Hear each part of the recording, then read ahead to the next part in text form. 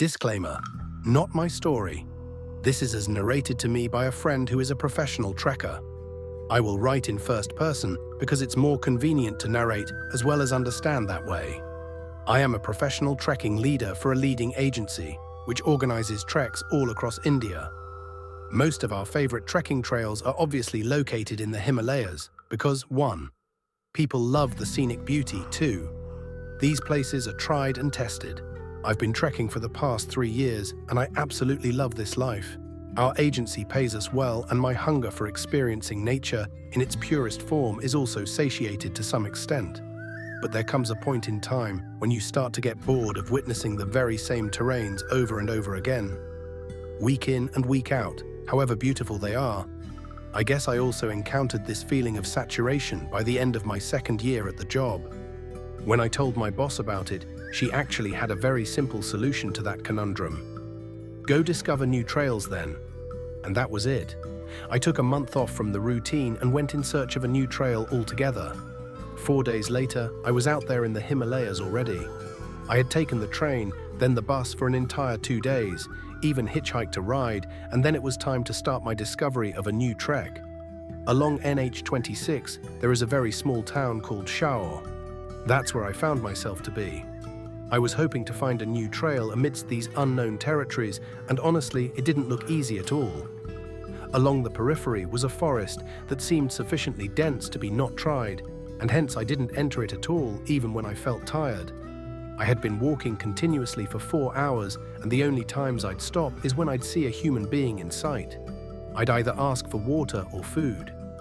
It was around 4 or 5 in the evening when I saw a young village woman coming my way on the road. She had nothing in her hands, so I thought it'd be futile to ask her for anything. As soon as she came close to me, surprisingly it was she who asked me where I was headed and if I needed food or water. I was delighted to say the least at this polite inquiry. Also, her chaste Hindi absolutely bowled me over, and so I guessed she must hail from Uttar Pradesh or from some other place up north. I started walking with her to her village that she said was only 10 minutes away. Along the way, I told her about my plans, to which she immediately offered me a shelter for the night. I felt strange, so I told her that I'd confirm once I see the place. We finally reached her village. It was called Pindan. Indeed, it was merely 10 minutes away only. Honestly, it all looked really neat and too good to be a remote village. I obviously didn't complain. An hour later, I had eaten a hearty meal at the same woman's place. Her name was Tana, and become really friendly with her family members, all 17 of them. I found them to be extremely nice people, and so I did decide to stay there for the night. At around 7 in the evening, we all started hearing drum beats from outside. "What is that?" I asked. "It's the night of a yearly festival," Tana's grandfather answered. "What festival?" "It's the beginning of the monsoons today. We celebrate it by sacrificing the strongest bull of our village." "Why the strongest bull?" "Since rains bring fertility to the land, sacrificing the strongest bull is a metaphor of bringing fertility to the entire village. This will be good for everyone." "Can I come?" "Yes, of course.